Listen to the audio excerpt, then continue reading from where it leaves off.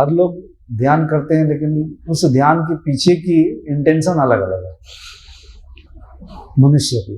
और जीवों के बस रेस्ट जब है ना, रिलैक्स और रेस्टफुल स्टेट में है, ये भी एक ध्यान है एनर्जी रिसीव करने का। Relax, rest is a way of relax, relax is a way of getting energy. चलते चलते थक जाते हैं तो क्या बोलते हैं, थोड़ा रिलैक्स कर लो, क्यों? एनर्जाइज होने के लिए, तो भी एक ध्यान ही है। स्लीप इज ऑल्सो मेडिटेशन, लेकिन इसमें हम ऊर्जा बाय डिफॉल्ट एक्यूमुलेट कर रहे हैं। इसमें जागृति, होश, अलर्टनेस के साथ किसके?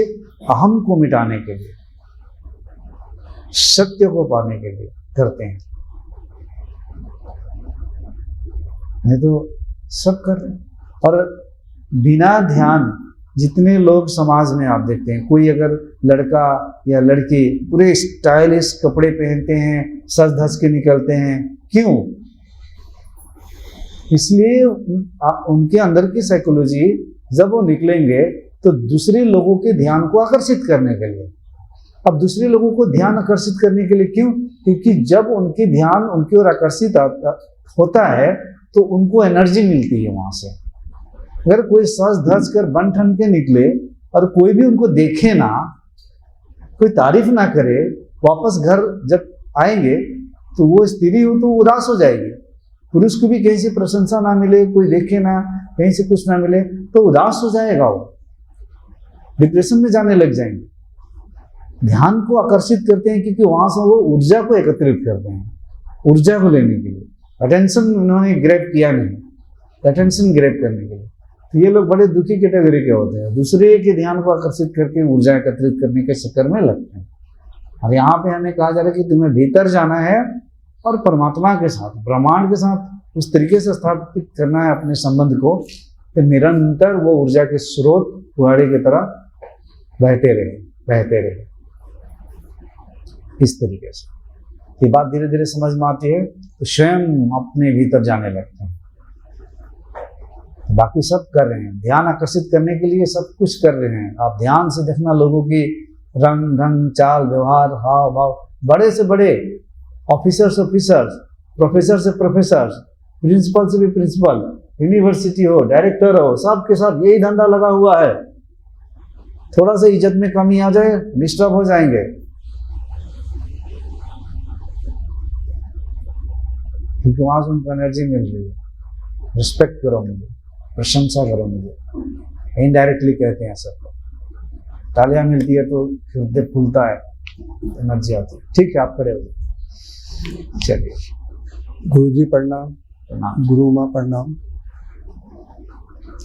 इससे पहले मैं अप्रैल शिविर में मैं आया था, तो शिविर अटेंड करने के बाद मेरे में काफ़ी नेगेटिविटी सोच आई, ऐसे गलत भावनाएं, गलत विचार अपने आप ही आ रहे थे। मतलब मैं कुछ नहीं कर रहा था, अपने आप कौन से विचार क्यों आ रहे हैं, क्या पता नहीं, मेरे को कुछ समझ में नहीं आया।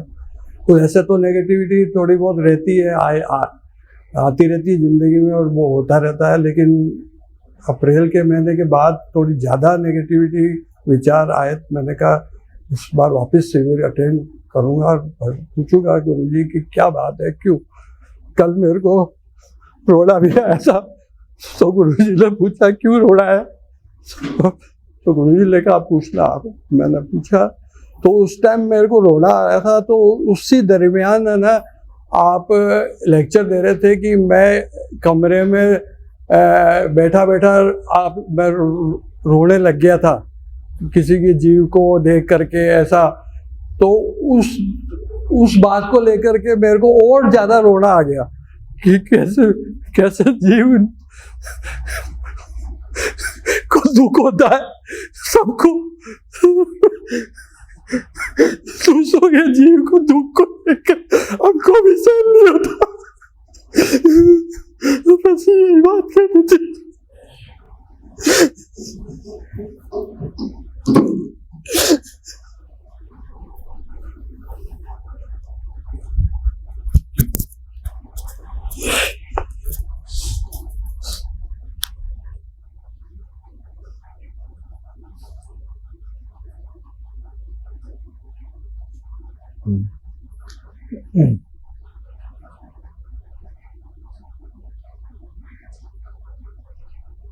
कितना दूर है घर यहाँ से आपका? राजस्थान, ठीक है, आप दूर नहीं है। आप लोगों के लिए हम असम घर परिवार सब छोड़ के आ गए। मेरे माता पिता, रुमा के माता पिता महीनों महीनों तक रोते रह गए। मेरे पिता कभी उनके आंखों में आंसू नहीं देखा था, लेकिन जब मैं आया तो वो रोए थे कि ये हमसे दूर चला गया। अब कभी मैंने उनकी आंखों में आंसू नहीं देखा था जब उनको गले लग के निकला था। उनकी आंखों में बेहोशी की अवस्था थी गुरु माँ के घर में भी लोगों को। अपने जब घर को पूरे त्याग करके हमने निकला था। और मेरे रिश्तेदार में कितने शादी ब्याह हो गए, मैं आज तक अटेंड नहीं किया। मेरा वक्त ही नहीं मिला और शायद अटेंड भी नहीं करूँगा। ये सब आप लोगों के लिए है, सब कुछ खत्म हो चुका है। मेरे घर के खुद के भतीजा के ही शादी हो, बच्चे का शादी होगा नहीं होगा, क्या होगा, ये सब के बारे में हमारी कोई विचार भी नहीं है। तो बच्चा है, लेकिन बड़े लोगों का बड़ा दूसरे की कहानी सुन के मजा आता है। उसने ये त्याग कर दिया, वो कर दिया, निकल गया, घर से छोड़ दिया। अपनी बारी आती है ना, अभी बुला लो, 3 महीना आ जाओ आश्रम में सेवा करने के लिए। गुरु जी घर पे बहुत काम है, बीवी बच्चे परिवार है, ये है। और हम इस कलाकार पे मान लो कि अब भी इसी वक्त अगर हमारी जान देनी पड़ जाए, तीनों के तीनों, बिना सोचे समझे मेरे तरफ से सब समर्पित है किसी की जान बचाने के लिए, कल्याण के लिए। क्योंकि हम पहले ही से मर के निकल चुके हैं, सब छोड़ छाड़ के। हमें कुछ पता नहीं क्या होगा क्या नहीं होगा। यहाँ हम आ रहे हैं, हमें कौन पैसा देगा, कहाँ से खाएंगे पिएंगे, कोई गवर्नमेंट नौकरी नहीं, कुछ नहीं, हमें कुछ पता नहीं। जब हम आया, मैं अब बैंक बैलेंस दूंगा तो आप देख के परेशान हो जाओगे कि ये कैसे एक्शन ले लिए जाने के लिए। क्योंकि भविष्य के बारे में हमारे विचार ही नहीं कि वो कहाँ से ब्रह्मांड हमें देगा। मैं एक ही, हम जा रहे हैं कल्याण के काम से, बाकी काम प्रकृति की है, जो करे वही स्वीकार है।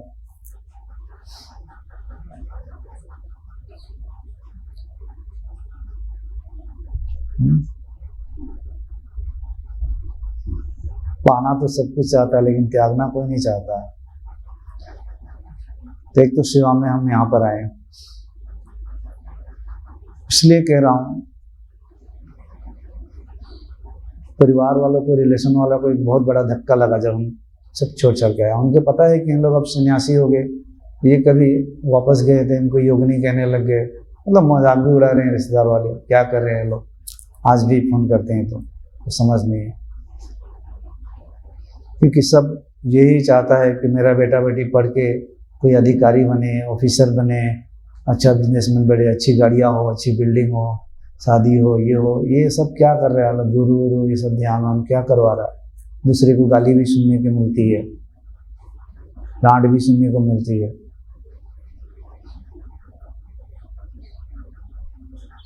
बैठ जाइए।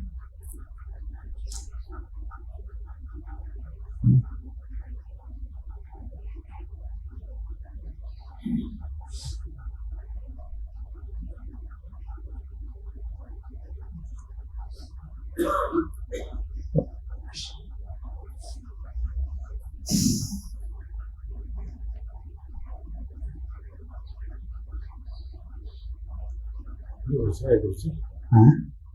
आपने ऊर्जा कितनी फैलते जा रहे हैं सब, आपने उठा लिया ऐसे और सब घूम रहा है। हाँ, और इतनी ऊर्जा मैंने आज तक नहीं देखी। ये जो आपने ऐसे कुछ किया, तो एक बार ऐसा हुआ था जिसमें मेरा शरीर नीचे था, मैं ऊपर था, बट अभी जिस फोर्स से मैं ऐसे ऊपर जा रहा था, जैसे जा रहा था, और फिर मैं ऐसे फैलते गए। हाँ, और मेरे हाथ में अभी भी ऐसा घूम रहा है, ऐसा हाथ में और घूमेगा कल तक।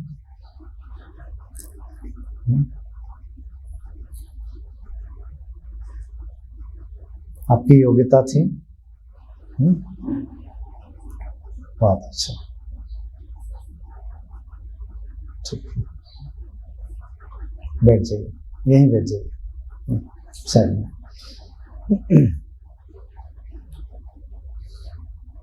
मैं आपके लिए कह रहा हूं, ये गुरु का उत्तर आप लोगों के एक्सपेक्टेशन के अनुसार कभी नहीं होता है।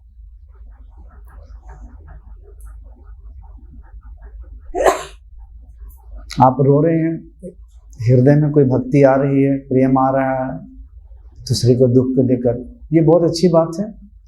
हृदय शुद्ध हो रहा है, पत्रता बढ़ रही है। रोना, रोंगटे खड़ा हो जाना अभी पत्रता नहीं है। अभी खाना पीना सब, अगर ट्रेनिंग में चले, जो गुरु होता है ना कि पूरे अपने अंदर लेके, तो सबकी मैं पत्रता बना दूंगा और उत्तम से उत्तम, लेकिन कोई चलने वाला नहीं है। क्विक चाहिए। जैसे आर्मी लोग ले जाकर कमांडो एनएसजी का ट्रेनिंग देते हैं, तो भागते हैं वहां से कितने ना, पत्रता उनकी कैसी बनती है? पत्रता तो जिसकी जिंदगी में कष्ट ना आया ना, तो नहीं बनती है जल्दी। भूखे मरना चाहिए, भूख भी नहीं, उसको खाना नहीं मिलना चाहिए कभी कभी। कष्ट से कष्ट काम उसकी जिंदगी में आना चाहिए। रोना चाहिए, तड़पना चाहिए, बिखर जाना चाहिए, टूट जाना चाहिए, सारे संसार से उसको धोखा मिलना चाहिए। बुद्ध ने ऐसे ही भिक्षु का सिस्टम नहीं बनाया था कि राजा महाराजा को भी भीख मांगने के लिए निकाल दिया। उनको पता था कि पत्रता ऐसे ही बढ़ने वाली है। It's very hard to go and ask. अगर मैं कल पूरे दिन भर आप लोगों को बोलूं कि आपको 20 घर से 21 घर से भिक्षा मांग के लाना है, तुरंत अहंकार आ जाएगा। मैं भिक्षा मांगने जाऊं, मेरे घर पे खाने के लिए नहीं है, मेरे पास ये नहीं है, वो नहीं है। गुरु है तो सीधा कुछ करो, लेकिन ये ऐसा है ही नहीं। बिना पत्रता का, बिना मेहनत का, बिना डिजर्विंग का बात नहीं बनती है। कई गुरुओं ने ऐसा सिस्टम ऐसे ही नहीं निकाला था, बहुत सोच समझ कर निकाला था।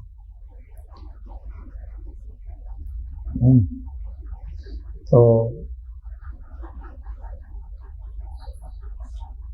आप दोबारा आए हैं और आप कुछ कह रहे थे कि कल भी आप कुछ पूछ रहे थे।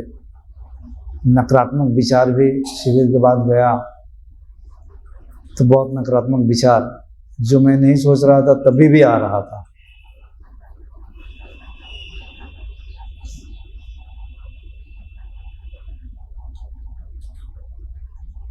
पहले से भी मैं कहता हूं कि शक्तिपात के बाद भी, या पूरे यहीं पे अवेकनिंग जिसकी हो जाती है, उसके बाद आप लोग ये एक्सपेक्टेशन मत रखना कि अब मेरी जिंदगी में हर चीजें सकारात्मक होगी।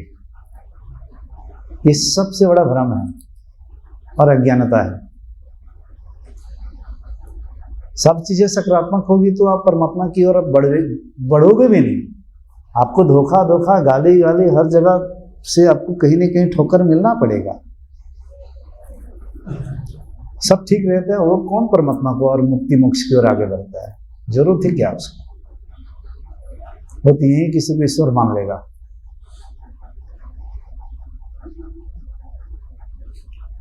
कुंडलिनी जागरण के बाद कभी कभी क्या होता है, ये जनरलाइजेशन की बात नहीं है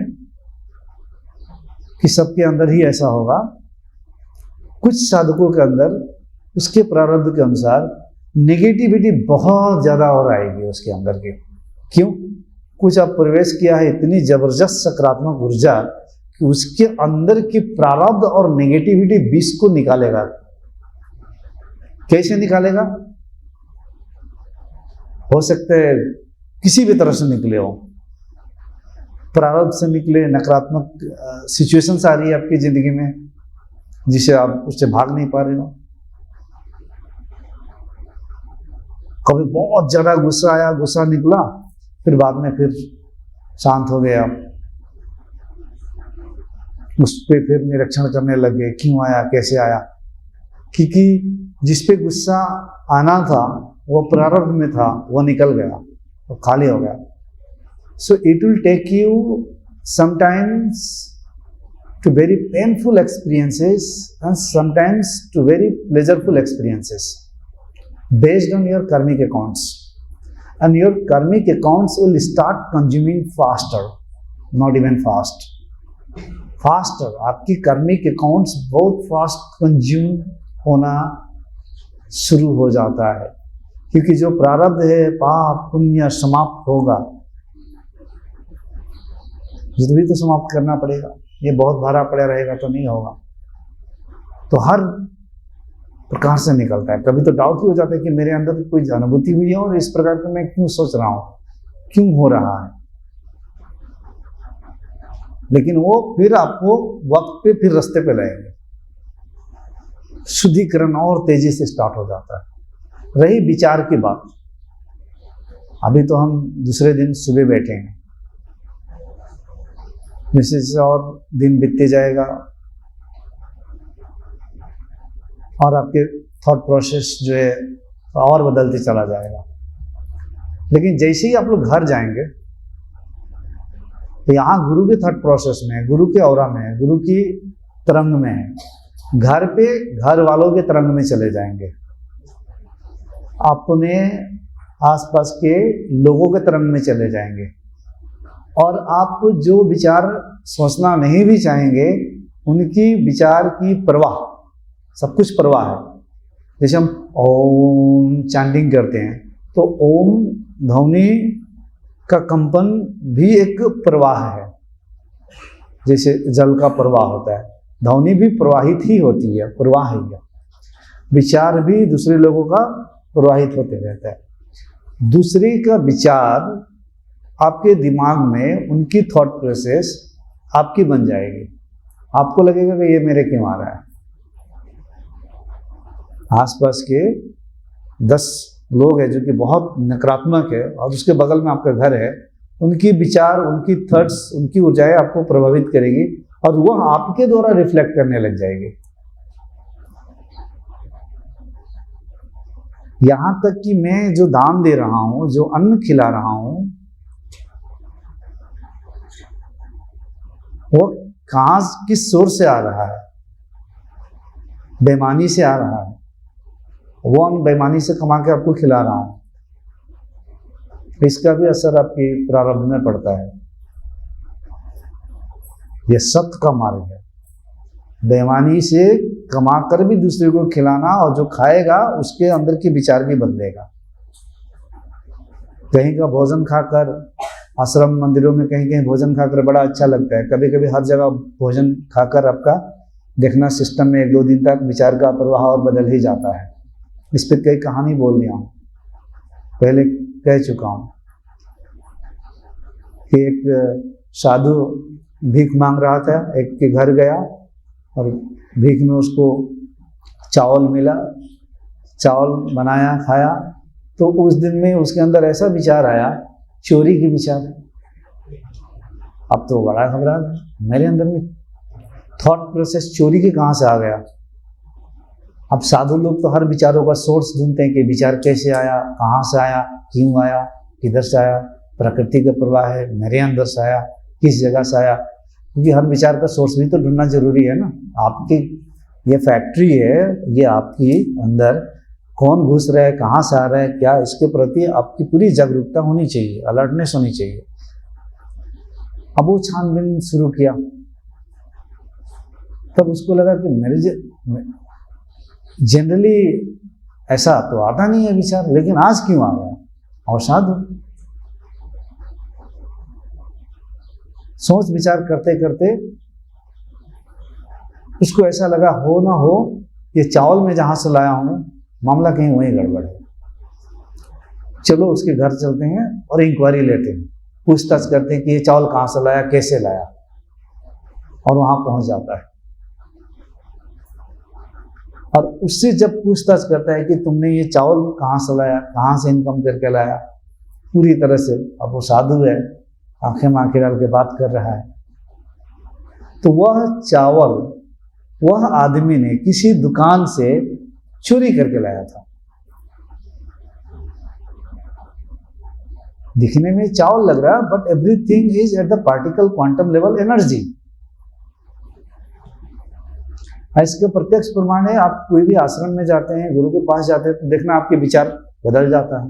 घर पे जाएंगे तो विचार बदल जाता है। ये तो सबसे बड़ी प्रत्यक्ष प्रमाण है।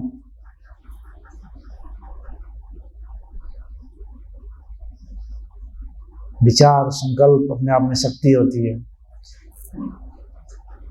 तो इसलिए कभी कभी मेनली दो कारण होता है विचारों का आना। एक तो 3 कारण मैं बता सकता हूं अभी। एक है कि आप जिस जगह पे है, आसपास की जो एनर्जी फील्ड है, जो माहौल है, वह माहौल की विचार आप में प्रतिबिंबित होने लगेगी।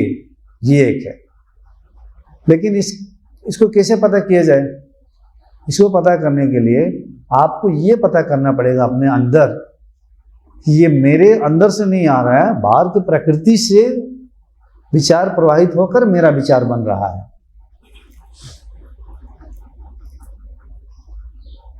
एक कदम और आगे जाके समझते हैं। जैसे कभी आपके घर पे 4 लोग आए, कोई समस्या को लेकर बात विचार हुई आधे घंटा तक, हो सकता है बात विचार करते कोई अच्छी बात हुई, कोई झगड़ा भी हो गई, वो चले जाते हैं, फिर भी 3 दिन तक वो विचार घूमते रहता है। वो देख के चले गए, 3 दिन के बाद आप छोड़ोगे, साइंटिफिकली 76 आवर्स के बाद धीरे धीरे वो निकल जाएगा।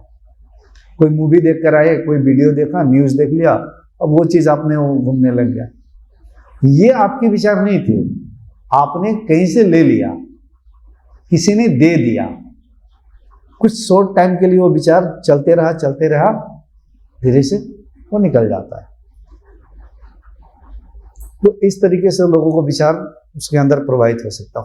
कोई गंदे विचार हो, गंदे विचार भी आ सकते हैं आपके।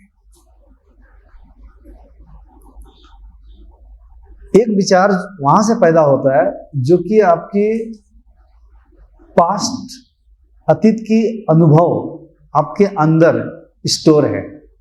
तो अतीत की जो अनुभव हुआ है आज तक, उस अनुभव से कुछ विचार उत्पन्न होते रहते हैं।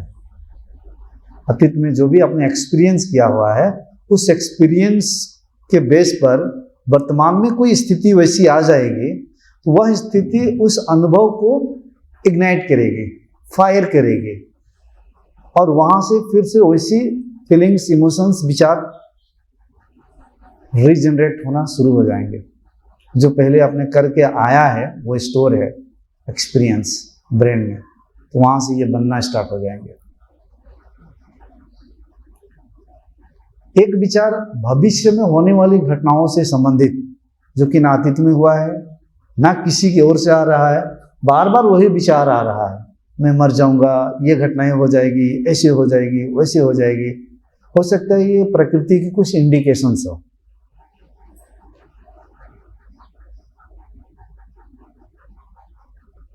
कुछ वहां से प्रकृति से कुछ चीजें आप कैच कर रहे हो।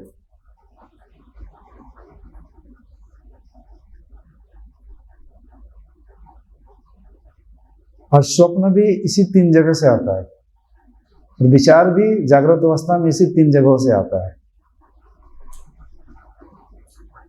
पास्ट एक्सपीरियंस एंड कर्मिक के बेस पे स्वप्न भी आएंगे, विचार भी आएंगे। वर्तमान आसपास क्या घटित हो रहा है वो रिफ्लेक्ट होगा, वो प्रतिबिंबित होगा, और भविष्य में किसी किसी के अंदर उसकी इंट्यूशंस, उसकी विचार निरंतर वो प्रवाह हो सकता है।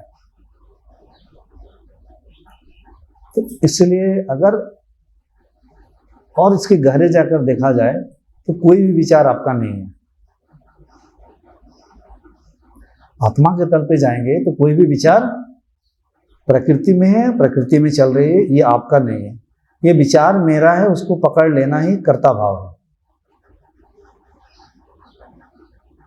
प्रकृति से उत्पन्न हो रही है, अनुभव भी प्रकृति ने की है, प्रकृति में चल रहा है, तो प्रकृति की है, प्रकृति की संपत्ति प्रकृति में नाच रही है।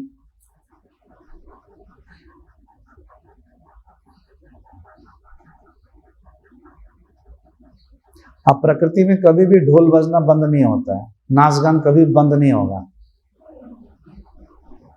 प्रकृति स्वभाव से चंचल है, चंचलता प्रकृति की स्वभाव है, उसी चंचलता से निर्माण होता है, सृष्टि बनती है। प्रकृति हमेशा आपको खींचती है नर्तकी की तरह, इधर आओ इधर आओ। जैसे रास्ते में जा रहे हैं, कोई ढोल बजना गाना चल रहा है, ऐसा लगता है ना जाऊं देखूं क्या चल रहा है। उसी तरह से ये तो बाहर हम जाते हैं, साधारण घूमते फिरते हैं तो लगता है लोगों को जाऊं देखूं क्या। अंदर आप देखोगे तो निरंतर प्रकृति अपनी ओर पूरी खींच रही है। प्रकृति यानी कि माया, माया इतनी प्रबल है कि तुरंत बड़े बड़े साधु सन्यासियों को नीचे गिरा देती है, इतनी प्रबल है।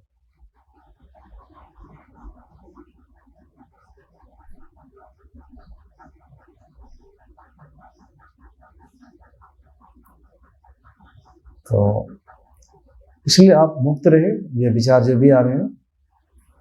और दूसरी बात ये कहना चाहता हूं, जो मैंने कहा हम आप लोगों की सेवा के लिए यहाँ पर तत्पर है।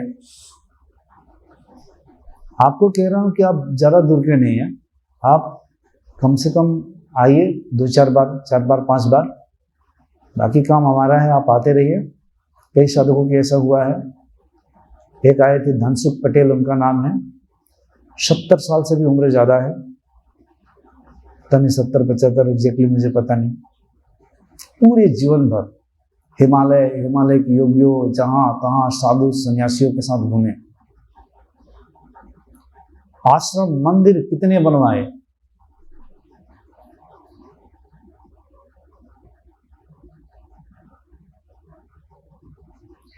यहाँ पर आए तो भी कहा कि आपको आना पड़ेगा। फिर कई बार बुलाया उनको। तीसरी बार में उनके घर पे जब 3 बार आके जा चुके,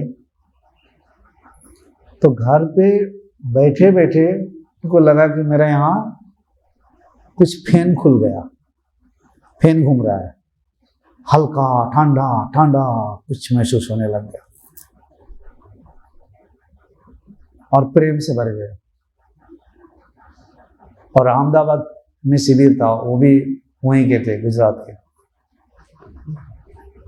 मिलने आए, दूर से ही वहीं से वो फुट के रोने लग गए।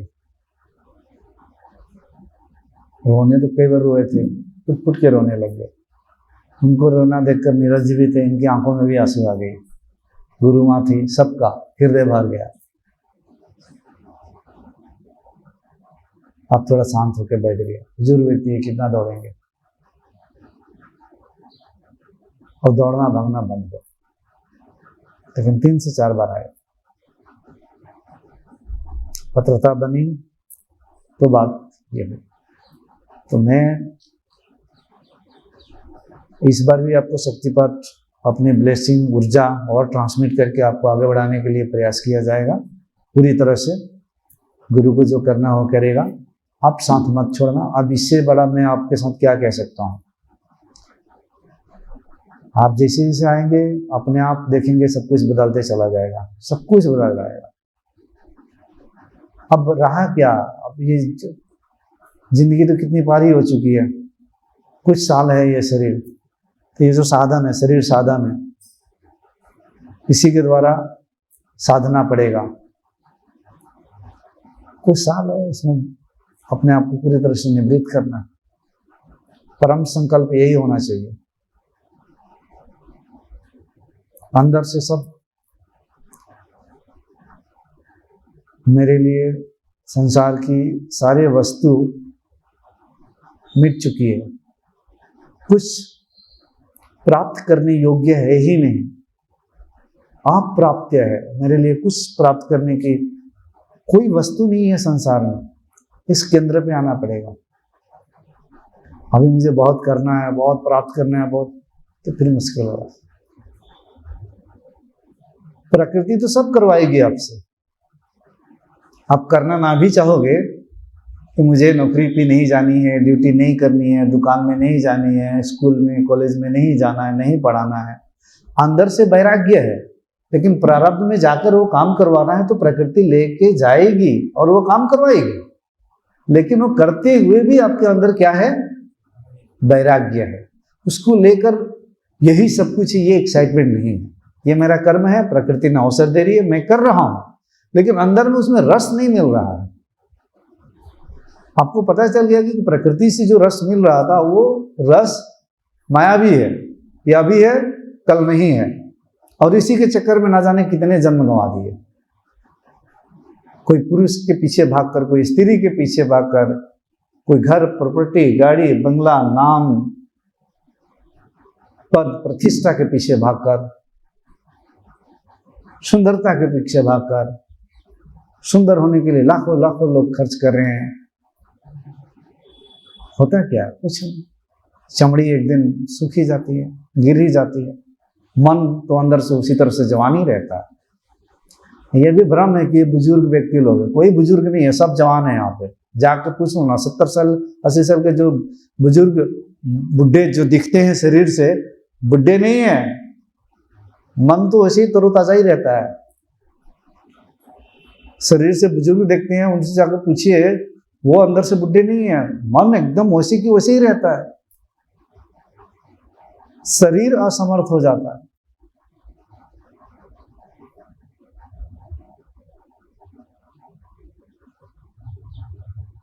अभी भी समाज से कोई रोक टोक ना हो तो 16 साल की लड़की से शादी करने के लिए वो तैयार हो जाएंगे। उम्र है 80 साल 75 साल, फिर भी, क्योंकि मन वैसे ही कि वैसे ही है जैसा था। मन बुढ़ा नहीं होता है, शरीर ही बुढ़ा होता है, ये बात हमेशा याद रखना है। इसीलिए 60 साल 65 साल की कैसे कितनी कहानी मिलती है कि प्रोफेसर थे, अपने स्टूडेंट से शादी कर लिए। क्यों? तो हम तो शरीर भी नहीं देखते हैं, हम तो शरीर के अंदर जो जीव है, जो सूक्ष्म शरीर है, हो सकता है वो 16 साल का लड़का दिखने में लग रहा है और आपकी उम्र है 80 साल, लेकिन आपसे वो बहुत पहुंचा हुआ है। उसकी योग साधना चित्त एकाग्र आपसे ज्यादा हो रहा है। जैसे आंख बंद कर रहा है स्थिर हो जा रहा है, आप तो इतने चंचल हो रहे हैं, इधर ये चंचलता ही है, इधर हिलते डुलते ऐसे ऐसे आंख बंद करके आधा घंटा 1 घंटा बैठ नहीं पाते हैं। क्या चल रहा है अंदर, क्या परेशानी है, क्या बिजनेस चल रहा है, क्या युद्ध चल रहा है, क्या मारपीट हो रहा है, लड़ाई झगड़ा क्या चल रहा है कि शांति से बुद्ध की तरह थोड़ी देर बैठ नहीं पाते हैं। इसी को कहा जाता है चित्त की दशा। अभी मैं बुला दूंगा कई साधकों को और बोलूंगा 4 घंटा तक आंख बंद करके बैठो, 2 घंटा तक बैठो, तो शांत से बैठे रहे। कुछ हो ना, कुछ नहीं भी करेंगे, चुपचाप बैठे रहेंगे, भले समाधि में है या नहीं, बस उनको बैठना है तो बैठेंगे। बस चंचलता नहीं दिखेगी उनके चेहरे पे।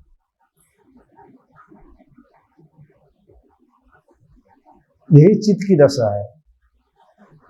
चित्त में जितनी वासनाएं हैं, वो वासनाएं से ही विचार उत्पन्न होते हैं। जिसकी जैसी पहले से वासनाएं चित्त में स्टोर है, वहीं से उस प्रकार की विचार भी अंदर से उत्पन्न होते हैं। जैसे मैंने कहा ना, प्रायर अतीत के पास्ट एक्सपीरियंसेस जो स्टोर है, वहां से भी वासनाएं फिर विचार उत्पन्न होंगे। जितने तंत्र मंत्र से साधक जो आते हैं, हम तो सब कुछ स्वीकार करते हैं, वो कई जन्मों से करके आते हैं, तो उनके अंदर तंत्र मंत्र वाला ही वासना और विचार उत्पन्न होंगे। और आज के तंत्र मंत्र में ज्यादा से ज्यादा क्या है, मेरे अंदर शक्ति है, पावर है, मैं तुम्हें ये कर दूंगा, वो कर दूंगा, कंट्रोल कर लूंगा, अपने पावर में ये कर लूंगा, सम्मोहित करेंगे, ये करेंगे, वो करेंगे, सब यही लगे हुए हैं।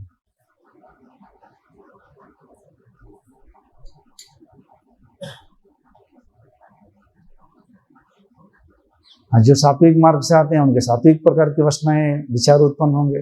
राशिक मार्ग के राशिक मार्ग वाले वो तो आएंगे नहीं जल्दी ध्यान साधना में, वो सीधी सीधी उनको कहेंगे ये सब फालतू है, कमाओ खाओ, गाड़ी बंगला करो, नाम रोशन करो, समाज में कुछ करो, मौज मस्ती करके चले जाओ, और बाकी कौन देखा है, क्या है, कुछ नहीं है। क्या किया तुमने, हंसेंगे तुम लोग, तुमने क्या ही किया समाज में।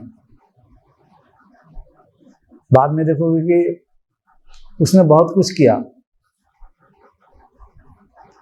हो सकता है आपने इस समाज में कुछ नहीं किया साधना में रहकर, और एक दिन आपके अंदर परमात्मा प्रकट होते हैं, सत्य प्रकट होता है। वही जो सब कुछ किया है, हो सकता है आपके चरणों में आके एक दिन आएंगे और चरणों में गिरेगा, क्योंकि आपको वह मिल गया है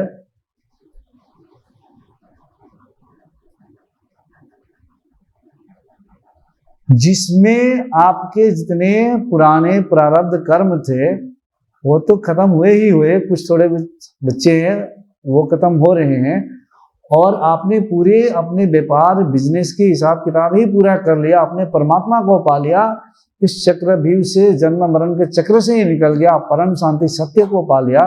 उसकी ऊर्जा ऑरा को देकर बड़े बड़े मिनिस्टर, बिजनेसमैन सब उसकी खोज में नकली निकले गुरु तक पहुंच जाते हैं। असली गुरु मिलेगा तो पैर ही पकड़ लेंगे। फिर भौतिकी जगत में वो बहुत कुछ किया, लेकिन आध्यात्मिक जगत में आपने उससे इतने कई करोड़ों गुना, मतलब उसकी कोई हिसाब नहीं कर सकते हैं, वो चीज को आपने पा लिया है। तो बहुत ही दुर्लभ मनुष्य योनि है। यह बहुत बड़ा व्यापार फैलाने के लिए नहीं, यह मिला ही है कि इसी जन्म में अपने पूरे पुराने प्रारब्ध को किस प्रकार से पूरे क्लियर किया जाए,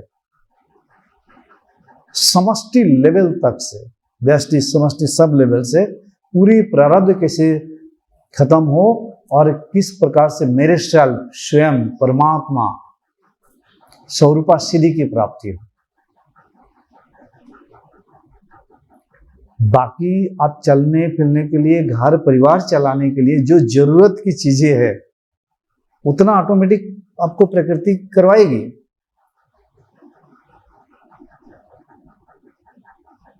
अगर इस जन्म में आपने ये कर लिया तो यहां से यात्रा अब आगे बंद।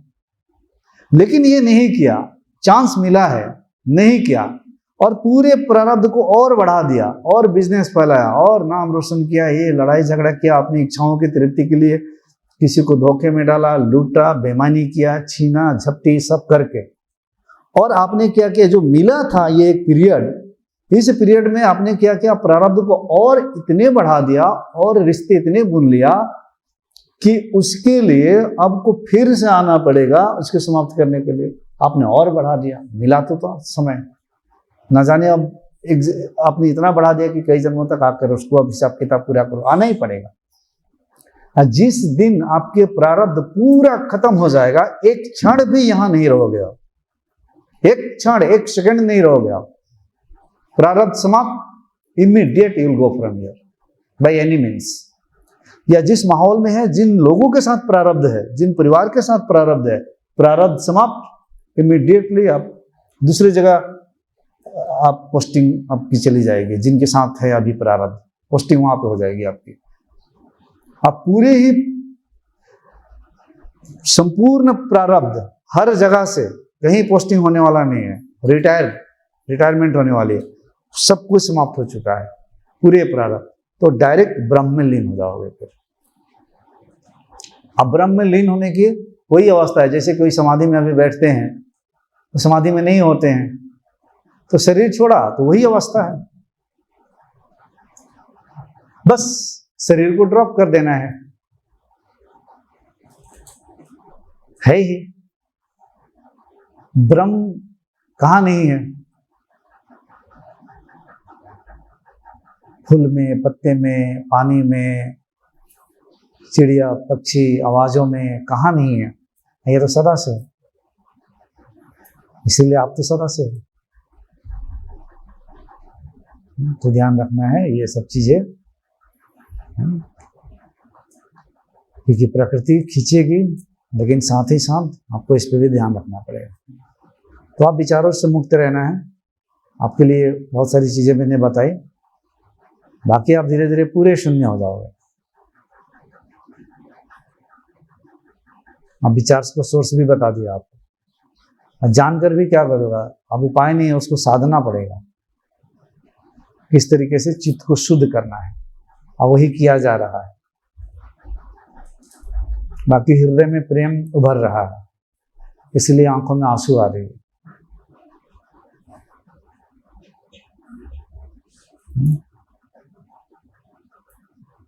ठीक है, चलो।